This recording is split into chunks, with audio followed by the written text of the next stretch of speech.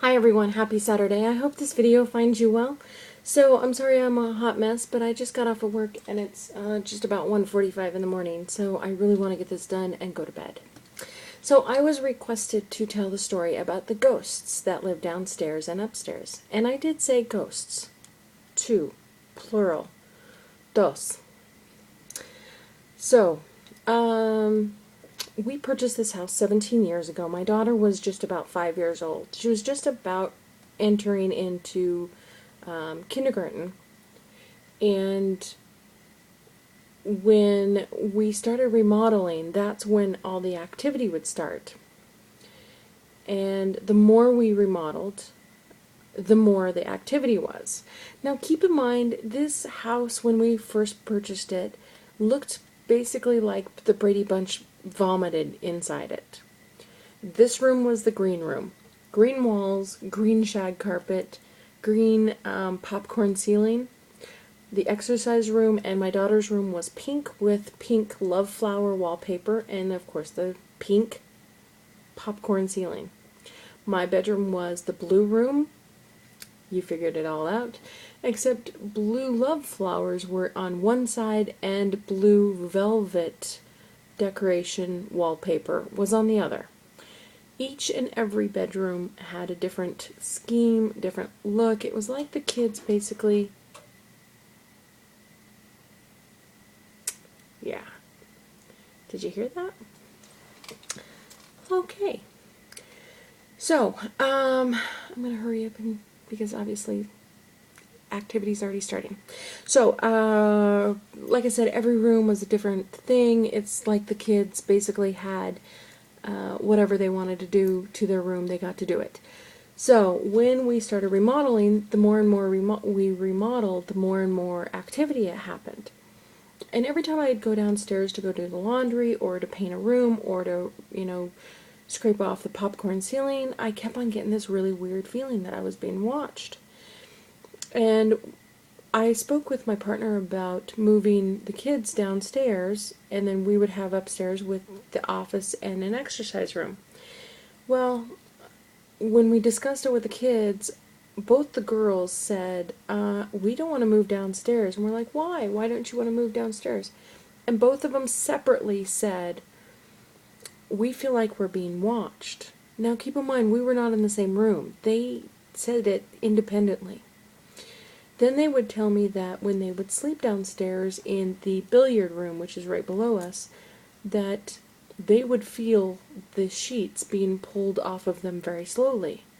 Nobody else was in the house except for the three kids, my partner, and myself. I would go down there, I'd get an eerie feeling, my hair would stand up when I'd go down there. I felt like I was being watched. And progressively, the activity just got more and more.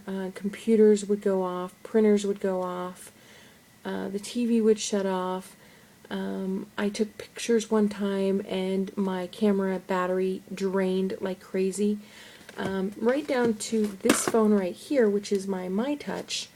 I have everything off, and I can go like 4 or 5 hours with a full battery and not have a problem.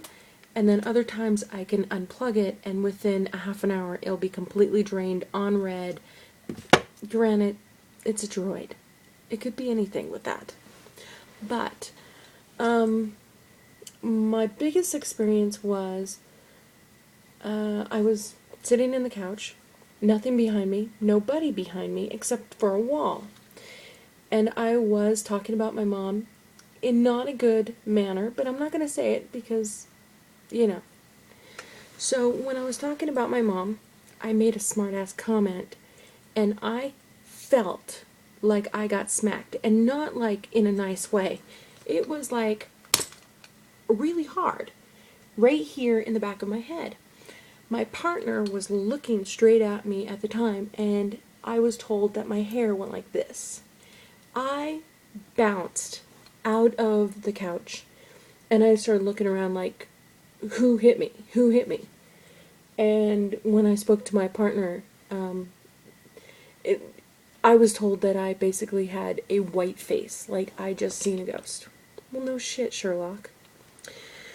Um, Another time that I told you this story. It was late, not too late. It was about 2 o'clock in the morning. And I was just like, yeah, I better go to bed. There's nothing on TV. There was nothing on the computer. No big deal. So what I do is I keep my laptop right here. And it's a big ass laptop. I mean, seriously, it's huge. And it's filthy with lots of fingerprints. But I always keep it here in the living room. And then when I go to bed, I take it to bed, take it to my bedroom, so in the morning I can wake up and look at my emails and stuff like that. And I got out of the couch, walked across the stairwell, that part where you saw last night when I first walked in the room, the stairs were right there. Well, I walked over that, and I had this in my hand, pretty secure.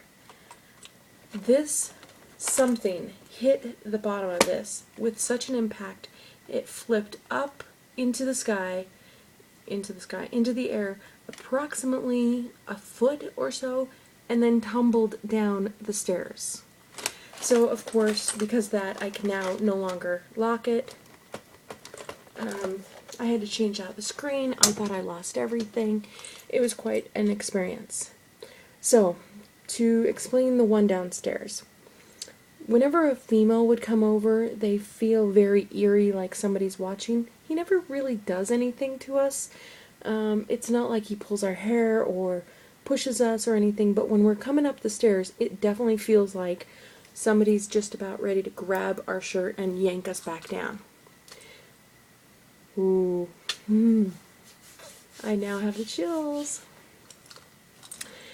The one upstairs seems more childlike. Like we'll be sitting here and the TV will pop on or just automatically shut off. We do not have... Did you hear that? I'm alone here at the house. Yeah. That's twice, I think, in this one, if it didn't catch it in the other one that I had to redo. But anyways,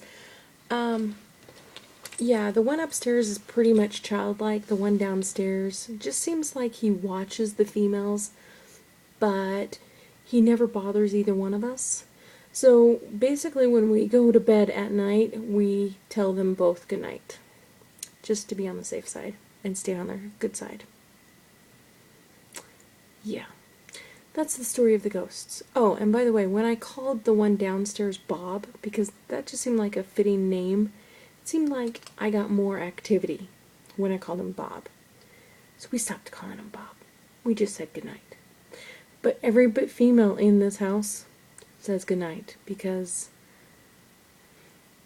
we just want to be on the nice side of them. Like I said, it's a silly story, but we've been dealing with it for 17 years. They're not vindictive. They're just playful and watchful, per se. But as you can hear, I don't know if you heard the first one, yeah, random noises. I'm in the house by myself, and there's not a bit of electricity, electronics going off. I have my laptop right here. Let me show you. My laptop, if you can see it, it's right here. And then the other laptop, which I don't know, is right there. And it's closed. So there's no other laptops anywhere around that could make noises. Yeah. Anyways. Oh gosh, 9 minutes. I'm so sorry, guys. I will see you the day after tomorrow's yesterday. Bye.